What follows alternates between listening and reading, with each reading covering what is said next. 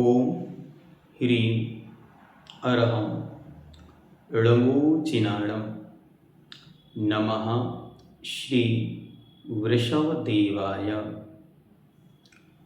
आचार्यवर मातुंग स्वामी देव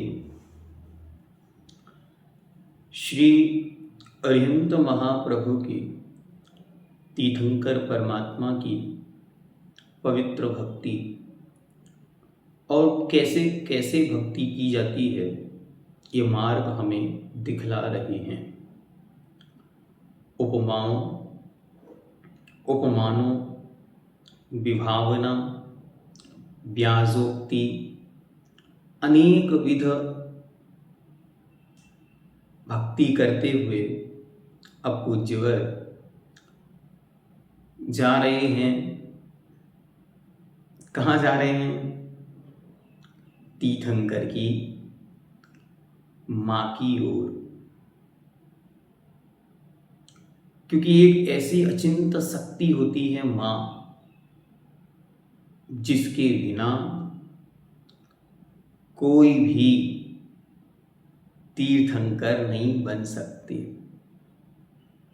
कोई भी भगवान नहीं बन सकते, कोई भी साधु नहीं बन सकते, कोई भी महापुरुष नहीं हो सकते।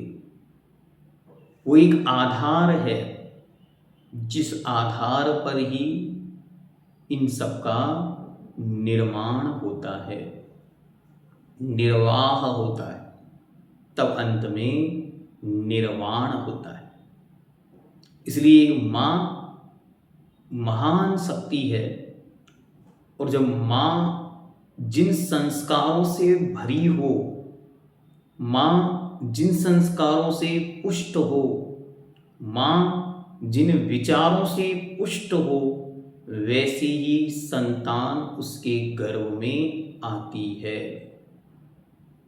और जैसी संतान उस गर्भ में आती है, फिर दोनों उस फीलिंग के साथ उसका नरिशमेंट होता है।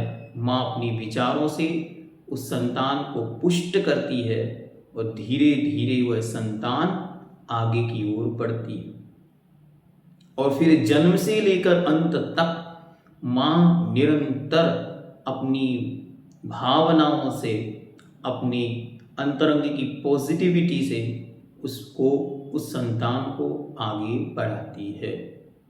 तो माँ के दो रोल मुख्य हैं। पहला, माँ जैसी भावनाओं से उस संतान के प्रति आकर्षित होती है, वैसा ही जीव संतान के रूप में माँ के गर्भ में आता है। और दूसरा, माँ गर्भ काल से लेकर जो संस्कार संतान में भरती है भावनात्मक रूप से, वह संस्कार उस संतान के लिए आधार बन जाते हैं आगे के वर्षों, आगे के जीवन के लिए। और अंतिम रोल जो उस माँ का होता है, वह प्रतिदिन प्रति समय उस बच्चे में भावनात्मकता, संस्कारों का सृजन और जीवन की कला उस बच्चे में डालने के लिए। इसी में भगवान मातुंग स्वामी महाराज आज माँ की विशेषता बतलाते हुए कहते हैं, श्लोक नंबर 22, स्त्रीणां शतानि शतसो जनयन्ति पुत्रान् नान्यः सुतं तदुपमं जननी प्रसूता। सर्वा दिशो दधति भानि सहस्र रश्मिं प्राचीव दिग्जन यतिस्फुर दंसु जालम। स्त्रीणां शतानि शतसो जनयन्ति पुत्रान् नन्यः सुतं त्वदुपमं जननी प्रसूतं सर्वादिशो ददति भानि सहस्ररश्मिं प्राचीव दीक्षण्यति स्फुरदंशुजालम्। तीसरी लाइन में सहस्त्र शब्द है, सहस्त्र नहीं बोलना, त्रा नहीं बोलकर शामे रा है तो सहस्त्र शब्द बोलना है, ठीक है। हाँ, क्योंकि आदत में क्या लगा है, सहस्त्र, सहस्त्र नहीं है, सहस्त्र शब्द है। अब एक एक शब्द को देखते हैं। स्त्रीणाम अर्थात स्त्रियां, कितनी, शतानी अर्थात सैकड़ों, सैकड़ों स्त्रियों के, शतशः सैकड़ों, पुत्रान पुत्रों को, जनयंती जन्म देती हैं, पैदा करती हैं। सैकड़ों स्त्रियों के सैकड़ों पुत्रों को जन्म देती हैं, सैकड़ों स्त्रियां सैकड़ों पुत्रों को जनयंती जन्म देती हैं, उत्पन्न करती हैं, पैदा करती हैं। परंतु न अन्यः, अन्य कोई भी नहीं,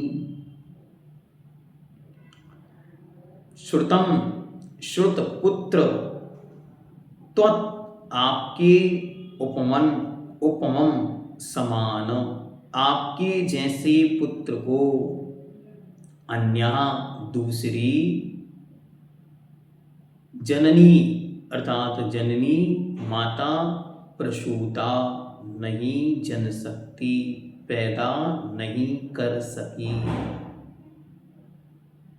फिर से देखें, सैकड़ों स्त्रियां सैकड़ों पुत्रों को जन्म देती हैं, लेकिन परंतु न अन्यः सुतं त्वत् उपमं जननी प्रसूता, न अर्थात नहीं, अन्यः अन्य, जननी अर्थात माता, सुतं तदुपमं सुतम मतलब पुत्र, तत् मतलब आपके, उपम मतलब जैसा, प्रसूता उत्पन्न करना, लेकिन आपके जैसा अन्य कोई श्रुत वे उत्पन्न नहीं कर सकी। मतलब 100 नारियों ने 100 श्रुतों को जन्म दिया, लेकिन आपके जैसे श्रुत को वे जन्म नहीं दे पाई। अच्छा, ऐसा भी होता है क्या? हाँ, तो उदाहरण के लिए कहते हैं, देखो, सर्वा अर्थात सभी, दिशो अर्थात दिशा, सभी दिशाएं क्या करती हैं? ददती धारण करती हैं, किनको? भानी, भानी मतलब नक्षत्र, भानु शब्द नहीं है, भानु शब्द होता तो सूर्य होता, यहाँ भानी मतलब चमकने वाले, तो चमकने वाले कौन है? नक्षत्र, तारागण, ठीक है। तो सर्वा अर्थात सभी, दिशाएं ददती धारण करती हैं, किसको? नक्षत्रों को, ताराओं को, लेकिन सहस्ररश्मिं, सहस्त्र मतलब हजार, रश्मि मतलब किरण, हजार किरणों वाले सूर्य को, सूर्य का एक पर्यायवाची है सहस्ररश्मिं, तो हजार किरणों वाले सूर्य को प्राचीव, प्राचीव ये शब्द बना कैसे? प्राची प्लस एव, प्राची प्लस एव, तो प्राची, प्राची क्या है? प्राची मतलब पूर्व दिशा, पूर्व दिशा की पर्यायवाची ही यहाँ पर प्राची है। तो पूर्व दिशा, पूर्व दिशा, दिग शब्द जो पीछे दिया इससे आएगा दिशा, तो पूर्व दिशा ही, एव ही, जनयंती जन सकती है, उत्पन्न कर सकती है, किसको? सहस्ररश्मिं स्फुरित अंशुजालम, अर्थात किरणों का समूह जिसका फैल रहा है, चमक रहा है, ऐसे सहस्रश्मिन सूर्य को। फिर से देखें, प्राचीर अर्थात प्राची, दिग मतलब दिशा, ई मतलब ही, जनयंती जन सकती है, उत्पन्न कर सकती है, स्फुरित चमकते हुए, दैदीप्यमान, अंशुजालम किरणों के समूह वाले, सहस्रश्मिम सूर्य को। कि सौ सौ नारी सौ सौ सुत को जनती रहती सौ सौ भार, तुमसे सुत को जनने वाली जननी महती क्या है। और सर्व दिशाएं नक्षत्रों को धारण करती हैं, तारागण को धारण करती हैं, लेकिन आप जैसे सूर्य को धारण करना तो किसी प्राची पूर्व दिशा के ही वश की बात है, अन्य किसी के वश की बात नहीं है। पूरा अर्थ एक बार फिर से देखें। हे त्रिभुवन तिलक, हे तीन लोक के अद्भुत स्वामी, जिस प्रकार सभी दिशाएं असंख्य तारों नक्षत्रों को धारण करती हैं, परंतु सूर्य को तो केवल पूर्व दिशा ही उत्पन्न करती है, उसी प्रकार संसार में सैकड़ों स्त्रियां सैकड़ों पुत्रों को जन्म देती हैं, परंतु आपके समान महाप्रतापी पुत्र को जन्म देने वाली केवल आपकी ही माता है, जो जन्म दे सकी ऐसा अन्य कोई और माता नहीं कर सकती। आप कैसे हैं? अद्वितीय माता के अद्वितीय पुत्र हैं, क्योंकि ना वैसी माता हुई और ना वैसी संतान ही हुई। वो माँ भी अद्वितीय है और उस माँ के ऐसा नियोग है कि उसकी गर्भ से केवल एक ही संतान उत्पन्न होगी, तो ना तो उस माँ के आपके समान दूसरा पुत्र हुआ और ना ही उसके समान यहाँ कोई अन्य माता हुई, क्योंकि अन्य को ऐसा लाभ मिला ही नहीं। एक पूरे काल चक्र में, पूरे एक तरफ के काल चक्र में अवसर्पणी का यदि हम काल चक्र देखें तो 10 कोणा कोड़ी सागरों में केवल 24 ही ऐसी महान पुण्यशालिनी माताएं होती हैं जिनके गर्भ में तीर्थंकर परमात्मा का जीव ठहरता है। ऐसा अचिंत महान पुण्यशाली जीव उस गर्भ में आकर ठहरता है कि गर्भ को भी धन्य धन्य कर देता है। अभी गर्भ में आया नहीं, आने के 6 महीने पहले से ही गर्भ कल्याणक मनाया जाने लगता है। 6 महीने पहले से ही रत्नों की वृष्टि होने लगती है, और जब वो जीव गर्भ में आता है उसके पूर्व से ही माँ ऐसे सुंदर सुंदर 16 स्वप्न देखती है और वहां से उसका यात्रा प्रारंभ होती है। तो कितनी अचिंत वैभवशाली वो माँ होती होगी। तो कहा ऐसा आधार तीर्थंकर परमात्मा चुन रहे हैं अपनी उत्पत्ति के लिए, सोचो उस माँ में कितनी विशेषता होती होगी। विचार करो उस माँ के अतिशय पुण्य की कि जिसके गर्भ में तीर्थंकर जैसा जीव आता है। क्या किया होगा उस माँ ने? तो 3 लोक की किसी भी किताब में ये बात नहीं लिखी है कि तीर्थंकर की माँ बनने के लिए क्या पुण्य करना पड़ता है। क्या क्यों नहीं लिखा? क्योंकि उन्हें पता था जिस दिन किसी माँ के हाथ में ये किताब लग जाएगी, हर दिन वो स्त्री केवल यही भावना भाएगी। क्यों? कौन नहीं चाहता? हर माँ चाहती है कि इस गर्भ से ऐसा शिशु, ऐसा बालक, ऐसी संतान उत्पन्न हो जो 3 लोक के कल्याण का कारण बन जाए। अरे हर माँ चाहती है कि मेरे गर्भ में जो आया है वो इस कुल का नाम रोशन करे, वो धन धान सुख समृद्धि को निरंतर वृद्धिंगत करे, स्वयं पाए और दूसरों में वितरित करे। तो अगर किसी किताब में गलती से लिखा मिल जाता कि तीर्थंकर उत्पन्न करने वाली माँ के ये लक्षण हैं, तो बोलो कितनी माताएं क्या क्या नहीं कर लेती, सारी माताएं सब उपाय कर लेती। लेकिन भगवान मानतों गोस्वामी कह रहे हैं कि सुनो, सूर्य जैसी उत्पत्ति चाहिए तो आपको प्राची दिशा बनना पड़ेगा। सूर्य की उत्पत्ति चाहते हो तो स्वयं को महान पुण्यशालिनी होना पड़ेगा। तीर्थंकर जैसे बालक चाहते हो तो भवों भवों की गर्भ की शुद्धि चाहिए, भवों भवों की विचारों की निर्मलता चाहिए, भवों भवों का संस्कार चाहिए, तब आपके गर्भ में ऐसी संतान का आगमन होगा। इसलिए सबसे पहले अपने जीवन का ये संकल्प बनाएं कि अगर हमें स्त्री पर्याय प्राप्त हुई है तो हम स्त्री पर्याय का सबसे बड़ा कोई गौरव है तो इस गर्भ से ऐसी संतान का जन्म होना जो इस पवित्र जिन शासन की धरोहर को आगे बढ़ाएगा। इसलिए यदि मेरे निमित्त से संतान की उत्पत्ति हुई है, मैं उस मार्ग पर जा रही हूं, तो मेरा ये संकल्प हो कि मेरे गर्भ से जो जन्म ले मैं उसे नियम से पवित्र जिन शासन की वृद्धि का कारण बनाऊंगी। बहुत अच्छी तरह अपने हृदय पे हाथ रख के मां ये विचार करे, क्या मैंने कभी ऐसी भावना भी मन में भाई है?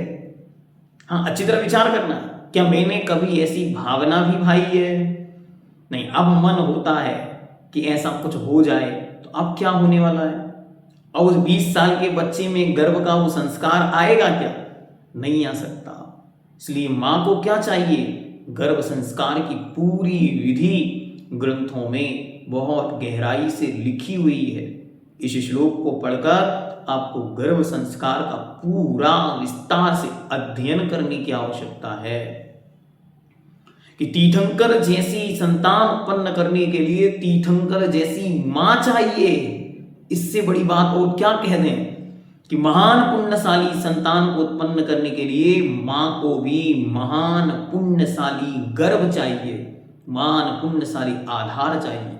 उस महान पुण्यशाली आधार को बनाने के लिए मां को जन्मों जन्मों तक अपने विचारों की, अपने ब्रह्मचर्य की, अपने गर्भ की शुद्धि चाहिए। जन्मों जन्मों तक, जब जन्मों जन्मों तक वह उस शुद्धि को पालती है, जन्मों जन्मों तक उस शुद्धि को धारण करती है, जन्मों जन्मों तक अपनी पवित्रता की रक्षा करती है, तब जाकर उसके गर्भ में ऐसी पवित्र संतान आती है। जन्म से ही नहीं, जिस दिन विवाह हुआ उस दिन से ही जो पवित्रता का पालन हुआ, उस पवित्रता के अंश के कारण ही उनके गर्भ में वैसी संतानें आती हैं। इसका आपको जीवंत उदाहरण देखना हो तो आचार्य भगवंत गुरुदेव श्री विद्यासागर जी महर्षिराज की मां श्रीमती श्रीमंती जी अष्टगे के जीवन चरित्र के उस प्रसंग को आपको हमेशा पढ़ना चाहिए। क्या उस प्रसंग में कि जब वो श्रीमंती जी अपनी बाल अवस्था में थी तब उनकी माता और पिता दोनों का देहांत हो गया और वे अपनी नानी के पास रहती थी। नानी बड़ी धार्मिक थी और उनका संस्कार निरंतर चल रहा था और उनका भाव बना, अब मुझे आरिका बनना है, मुझे संसार में नहीं जाना। मैंने संसार की बहुत विचित्रता को देख लिया। वैराग्य का कमल उनके हृदय में फूट पड़ा। जैसे उन्होंने नाना को ये बात बतलाई, उनकी नाना ने वैराग्य से मना कर दिया। बोले नहीं नहीं, ये मार्ग अभी अपने योग्य नहीं, तुम उसके योग्य नहीं हो, अभी धारण नहीं कर सकती इस मार्ग को। और उनका विवाह मल्लप्पा जी से करा दिया। यहां विवाह तो हो गया, बस उन्होंने अपने जीवन में एक संकल्प ले लिया, मैं वैराग्य मार्ग पर जाती तो पवित्र जिन शासन की महानतम प्रभावना जो बनती वो करती। अब मैं ग्रस्त जीवन में जा रही हूं, मेरे इस गर्भ से जो संतानें उत्पन्न हो विवीतराग मार्ग की प्रभावना ही प्रभावना करें।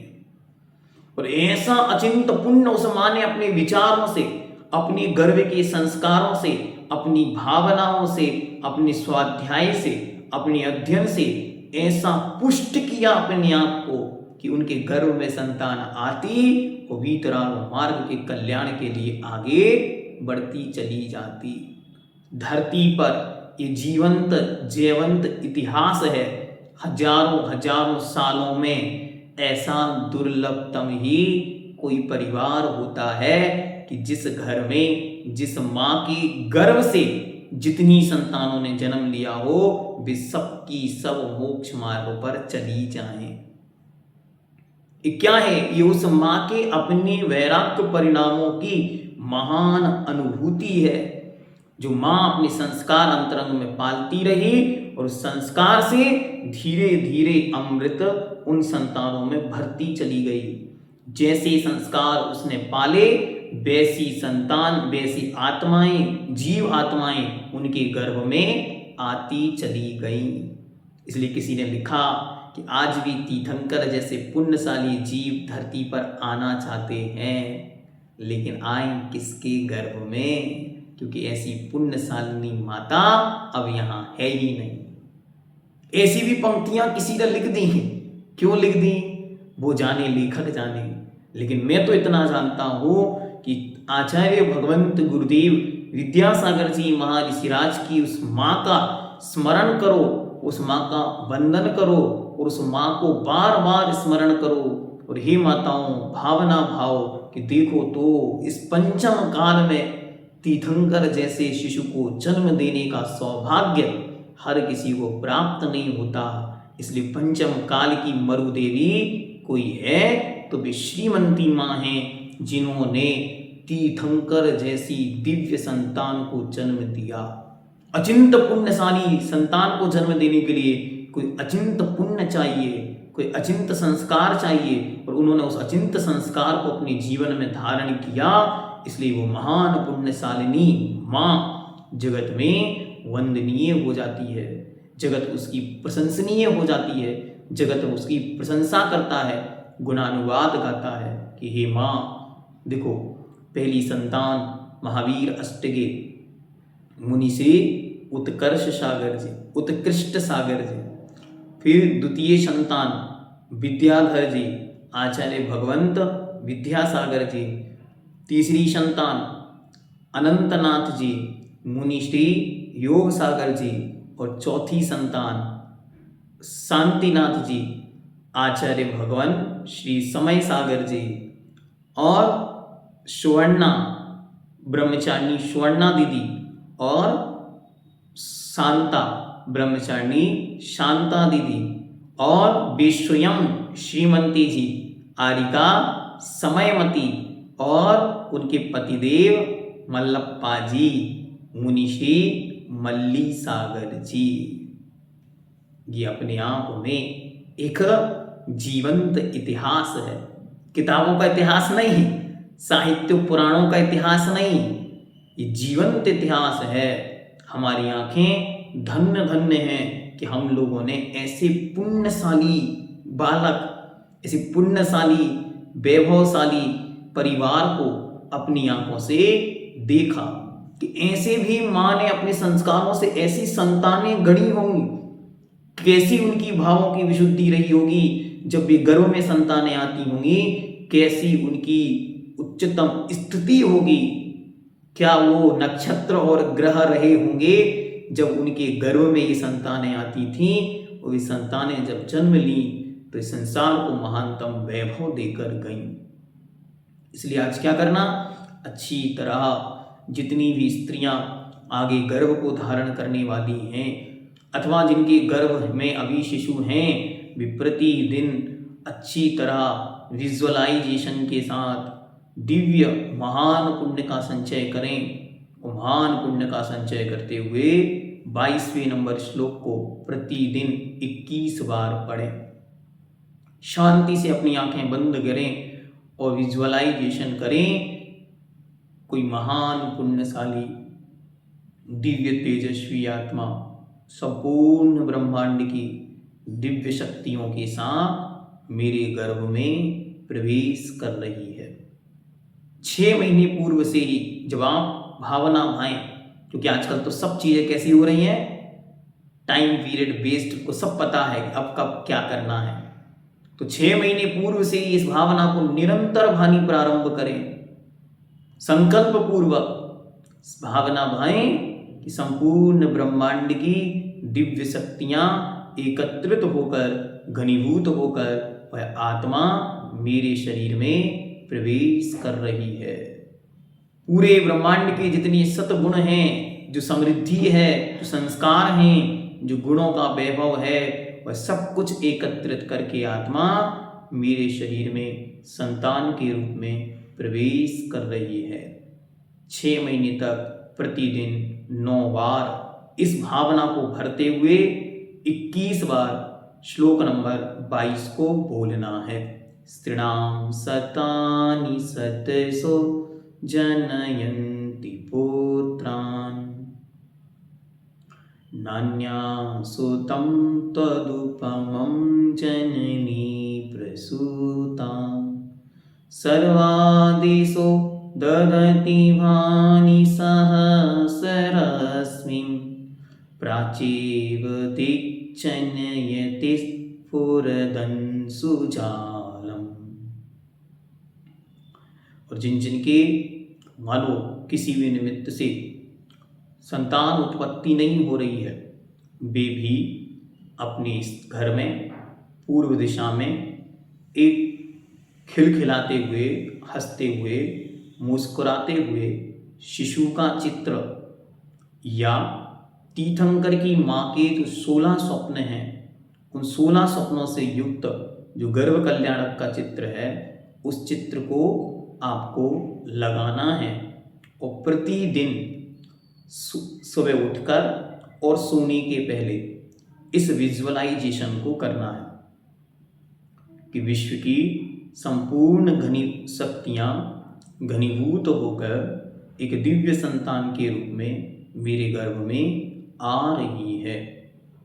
और अगर आप 6 महीने तक अच्छी तरह इस विजुअलाइजेशन को करते हैं तो नियम से आपके गर्भ में संतान आएगी और जो संतान आएगी वो महान, पावरफुल, एनर्जेटिक और जिन शासन की वृद्धि करने वाली होगी। और जिनकी अभी गर्भ है वे 9 महीने तक, तो आप सब उनको जानकारी देंगे तो वो उसको कर पाएंगे। 9 महीने तक अपने गर्भ पर अच्छी तरह यूँ हाथ रखकर अपने पेट पर और दूसरे हाथ को उस हाथ के ऊपर रखेंगे, राइट हैंड वहाँ रखेंगे और उसके ऊपर अपना हैंड रख के दोनों पति पत्नी भी कर सकते हैं और अकेली भी करें। 21 बार इस 22 नंबर श्लोक को 21 बार शांति से बोलना है और भावना करनी है कि जो संतान मेरे गर्भ में है वो महान पुण्यशाली है, वो महान पुण्यशाली है। बस ये वाक्य आपको उसको 21 बार रोज उस बच्चे को बोलकर सुनाना है कि जो मेरे गर्भ में संतान है वो महान पुण्यशाली है। ऐसा 21 बार उसको सुनाना है और 21 बार आपको श्लोक नंबर 22 बोलना है। बाकी और गर्भ काल में कौन कौन से वाक्य हैं, कौन कौन से मोटिवेशनल टॉपिक्स हैं जो उसके साथ शेयर करने हैं, कि कौन कौन से विजुअलाइजेशन उसे देने हैं, तो इसके लिए हमने आपको गर्भ संस्कार के जो तीर्थंकर के गर्भ कल्याणक के 16 स्वप्न हैं उनके 16 अफर्मेशंस दिए हैं। ठीक है, उसकी वीडियो आपको उपलब्ध करा देंगे डिस्क्रिप्शन बॉक्स में और ग्रुप में भी आपको दे देंगे।